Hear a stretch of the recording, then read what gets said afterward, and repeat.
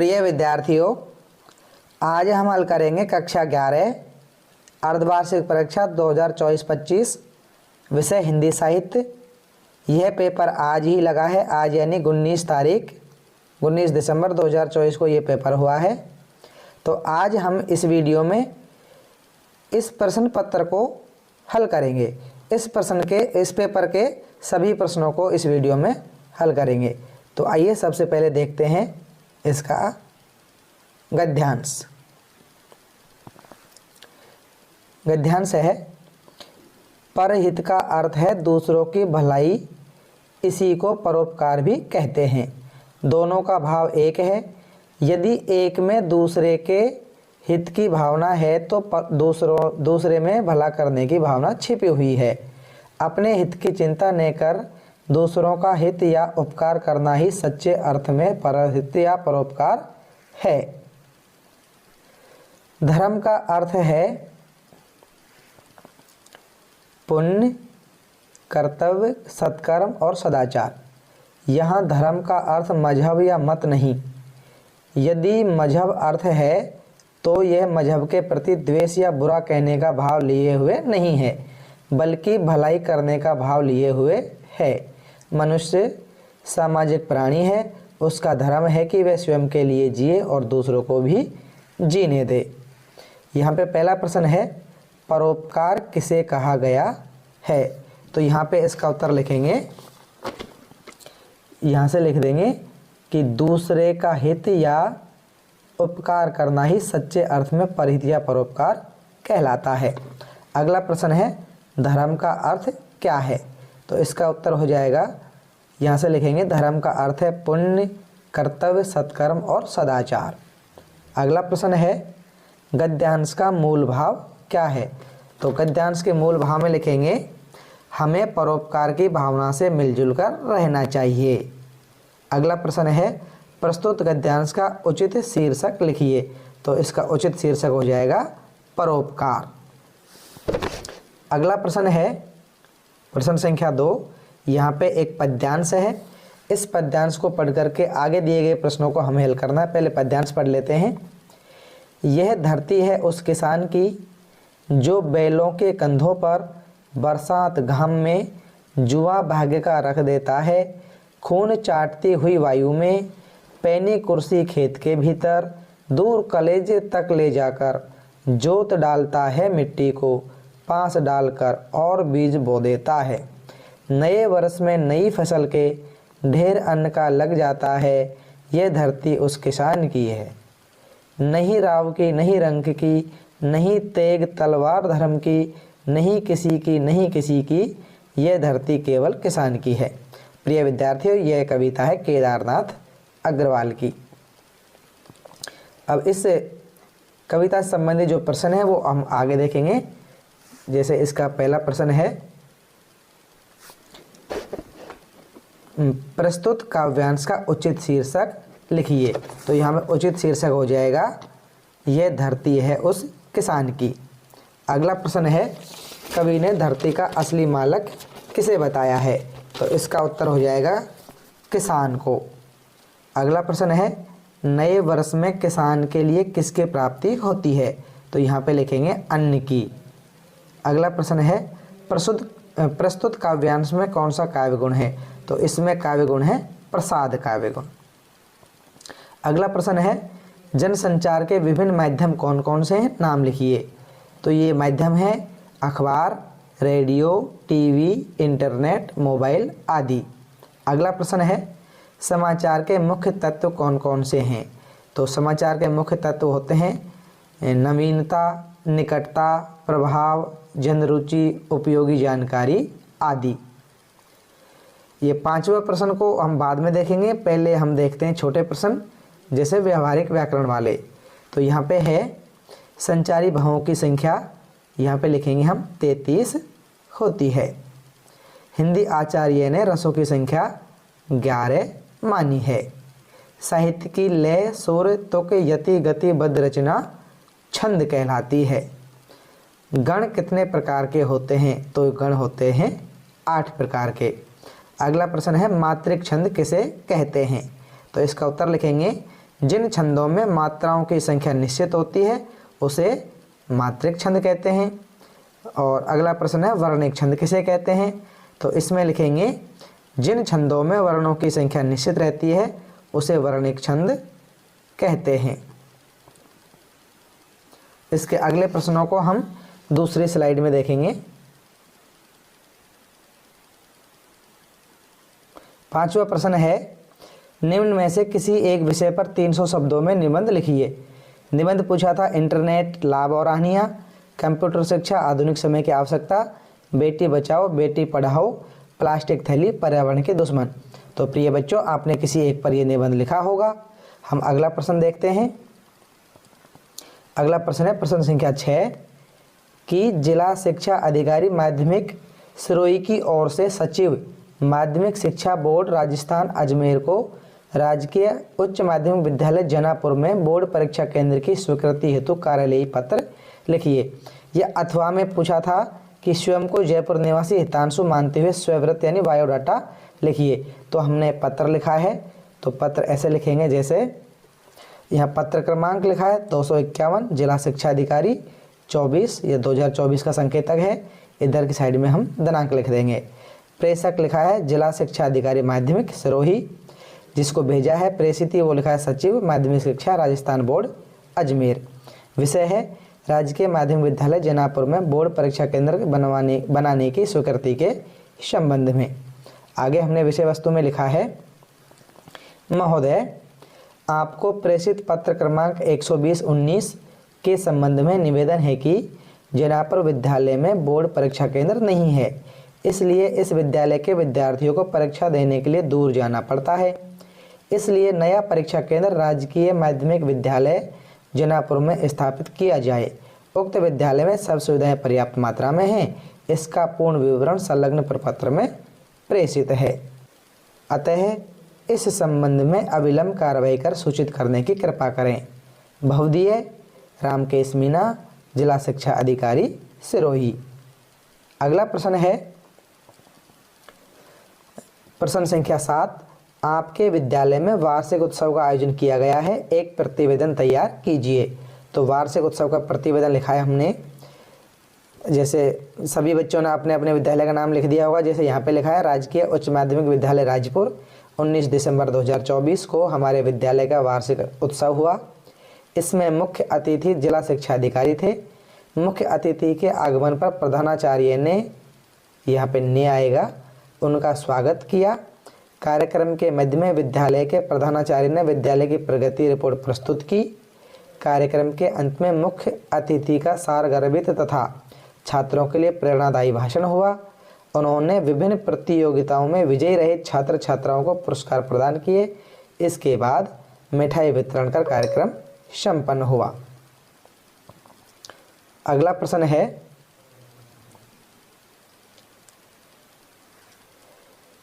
केंद्रीय विद्यालय जयपुर की ओर से वृक्षारोपण कार्यक्रम का आयोजन किया गया, उस पर प्रेस विज्ञप्ति जारी कीजिए।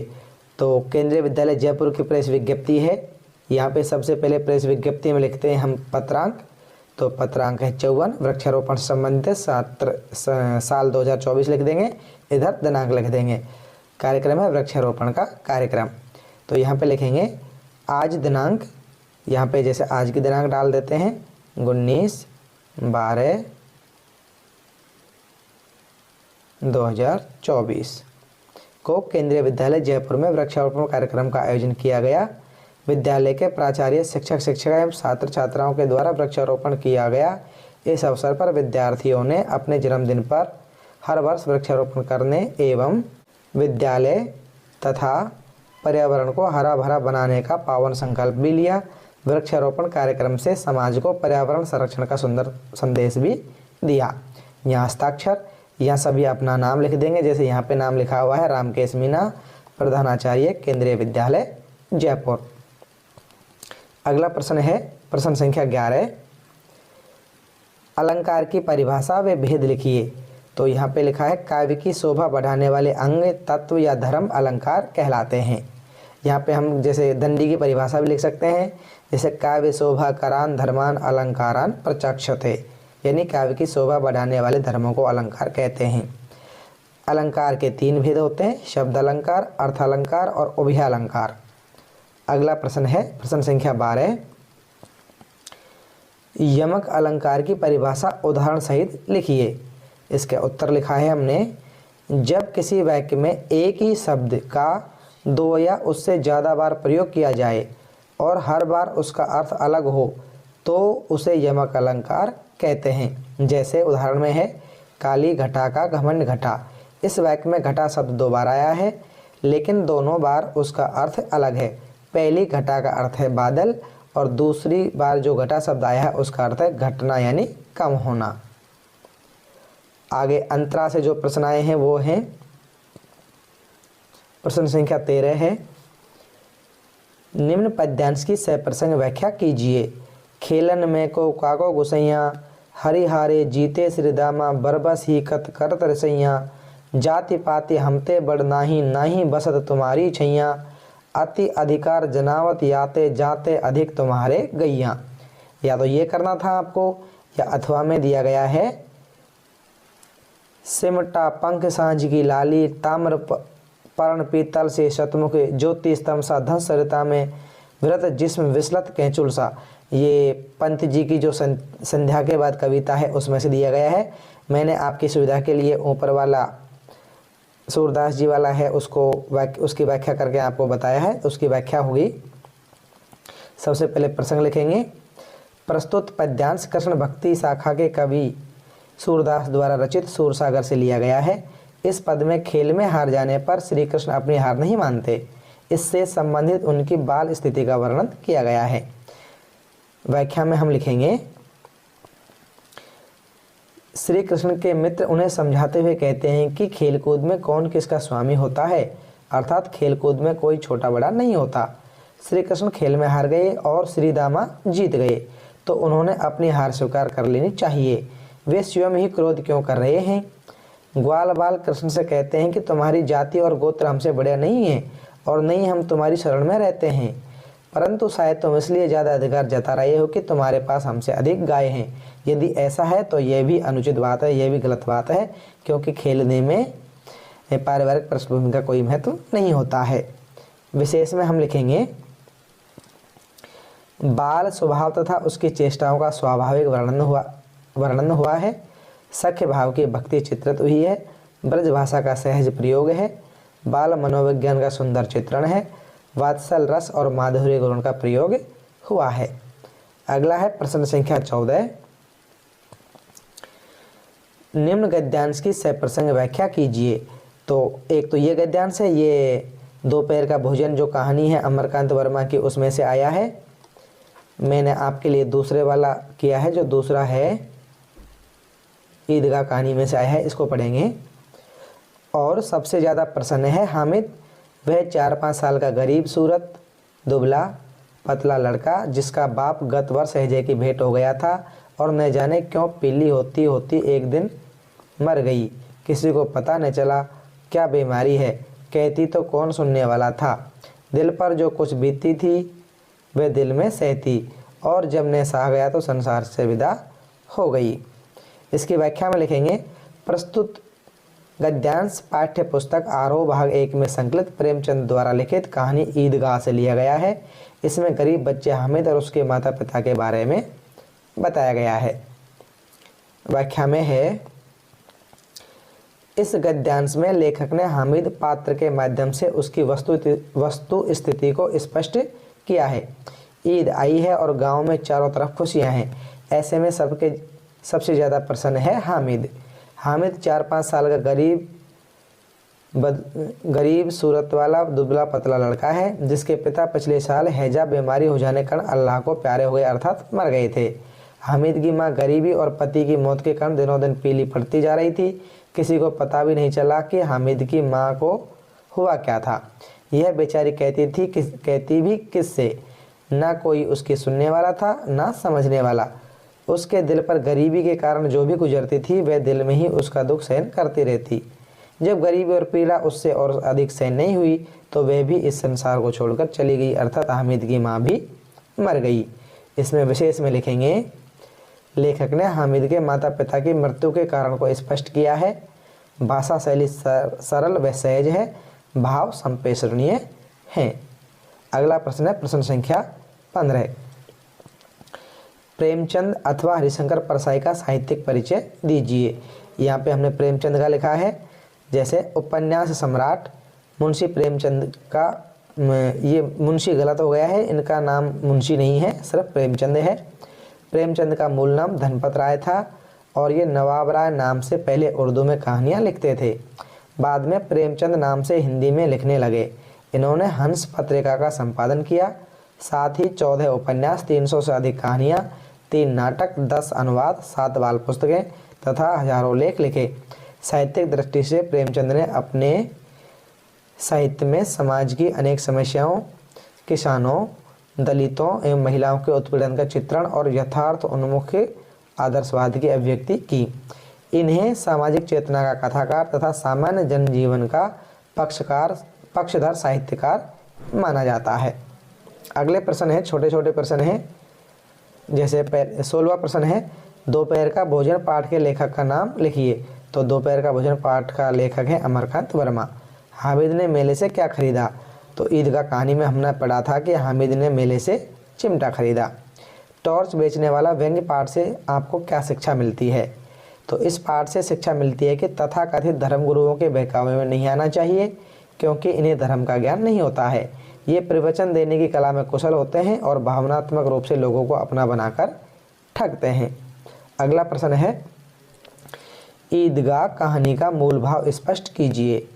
इसके उत्तर में लिखा होगा आपने कि गरीबी कई बार बच्चों को सोचने पर विवश कर देती है। प्रस्तुत कहानी में हामिद का आचरण ऐसा लगता है मानो उसमें विवेक हो व दूरदर्शी हो। वास्तव में हामिद में बूढ़ी गरीब दादी अमीना के प्रति अत्यधिक स्नेह रखता है। चिमटा तक न खरीद सकने से रोटी पकाते समय अमीना के हाथ जल जाया करते हैं। हामिद में मेले में खिलौनों, खाने की चीज़ों, मनोरंजन के साधनों को देखकर उनका उपयोग करने की लालसा तो हुई होगी, किंतु अन्य बच्चों को अपने मनपसंद के खिलौने, मिठाइयाँ खरीदते देखकर भी हामिद लालच पर नियंत्रण रखकर अपनी बूढ़ी दादी को सुख पहुंचाने के उद्देश्य से चिमटा खरीद लाया। विषम परिस्थितियों व्यक्ति को सोचने पर विवश कर देती हैं। विलासितापूर्ण जीवन यापन करने वाले बच्चों में यह विशेषता नहीं आ पाती। बूढ़ी दादी में भी बालक के प्रति अत्यधिक स्नेह उमड़ पड़ता है। यह कहानी पाठकों में मानवीय संवेदना जागृत करती है। अगला प्रश्न है प्रश्न संख्या 20। गूंगे कहानी को पढ़कर आपके मन में कौन से भाव स्पष्ट होते हैं और क्यों? इसका उत्तर लिखेंगे, गूंगे कहानी को पढ़कर हमारे मन में यह भाव उत्पन्न होता है कि गूंगे जैसे विकलांग भी हमारी तरह के प्राणी हैं, परंतु अपनी बात को अभिव्यक्त नहीं कर पाते हैं तथा अपने साथ हो रहे अन्याय पर स्पष्ट विरोध भी नहीं कर पाते हैं। अतएव हमारे मन में उनके प्रति संवेदना, सहानुभूति एवं करुणा का भाव उत्पन्न होता है। इसलिए हमें उनकी सहायता करनी चाहिए। उन्हें ठेस न पहुँचे इसलिए उनके प्रति मानवीय व्यवहार किया जाना चाहिए। उनके प्रति कठोर होना, असंवेदनशील रहना ठीक नहीं है। यदि उनके साथ मनमाना व्यवहार करेंगे तो उनकी आह हमें क्षति पहुंचाएगी। अर्थात विकलांग लोगों के साथ हमें सम्मानजनक व्यवहार करना चाहिए। अगला प्रश्न है प्रश्न संख्या 21 के छोटे छोटे और कई प्रश्न हैं। जैसे पहला प्रश्न है, सूरदास का सबसे प्रमुख ग्रंथ कौन सा है? सूरदास जी के कई ग्रंथ हैं, जिसमें सूरसागर है, साहित्य लहरी है, सूर सरावली है आदि। कवि देव का पूरा नाम क्या था? तो देवदत्त द्विवेदी कवि देव का पूरा नाम था। कवि की रचनाएं किस ग्रंथ में संकलित हैं? तो कवि की रचनाएं बीजक ग्रंथ में संकलित हैं। अगला प्रश्न है, अरे इन दोनों ने राह न पाई से कबीर का क्या आशय है? तो कबीर के अनुसार हिंदू मुस्लिमों ने अभी तक धर्म का सही रास्ता नहीं अपनाया है। सुमित्रानंदन पंत की कविता संध्या के बाद का काव्य सौंदर्य लिखिए। इस कविता में कवि ने संध्या के बाद ग्रामीण परिवेश में होने वाले बदलावों का सुंदर चित्रण किया है। कविता में ग्रामीण जीवन के सामाजिक यथार्थ का चित्रण किया गया है और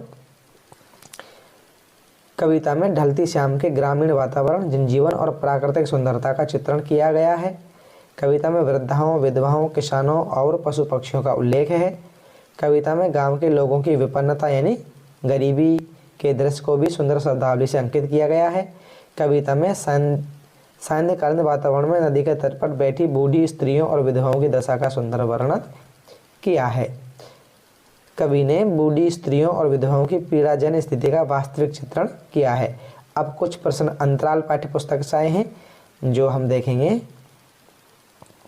पहला प्रश्न है, बड़ौदा का बोर्डिंग स्कूल पाठ के लेखक कौन है? तो पाठ के लेखक है मकबूल फिदा हुसैन।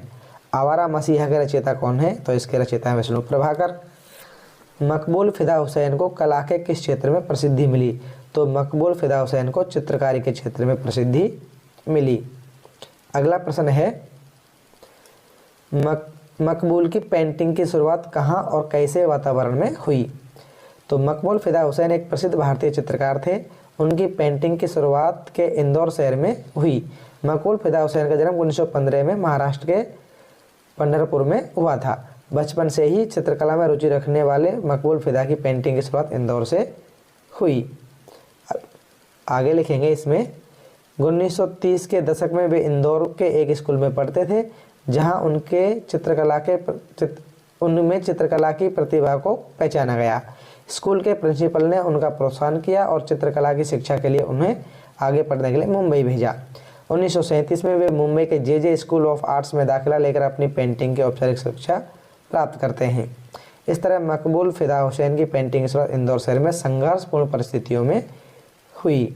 अगला प्रश्न है प्रश्न संख्या 24, प्रतिभा छुपाए नहीं छुपती कथन के आधार पर मकबूल फिदा हुसैन के व्यक्तित्व पर प्रकाश डालिए। तो मकबूल फिदा हुसैन का जन्म 1915 सोलापुर महाराष्ट्र में हुआ था। सोलापुर के पास में पंढरपुर जगह में हुआ था। इन्हें चित्रकारी में विशेष रुचि थी। उन्हें अपना दादा से विशेष लगाव था, जिसका प्रमाण इस घटना से मिलता है कि जब लेखक के दादाजी की मृत्यु हुई तो वह अपने दादाजी के कमरे में ही बंद रहने लगा। वह अपने दादाजी के बिस्तर पर उनकी भूरी अचकन ओढ़कर इस प्रकार सोता मानो वह अपने दादाजी से लिपटकर सो रहा हो। तो प्रिय विद्यार्थियों, इस प्रकार हमने आज के प्रश्न पत्र के समस्त प्रश्नों को हल कर लिया है। अब आप अपने किए हुए प्रश्नों को इस प्रश्न वीडियो में दिए गए उत्तरों से मिला सकते हैं और मिला करके आप कमेंट बॉक्स में हमें बताइए कि आपने इस प्रश्न पत्र में आपके कितने नंबर आ रहे हैं।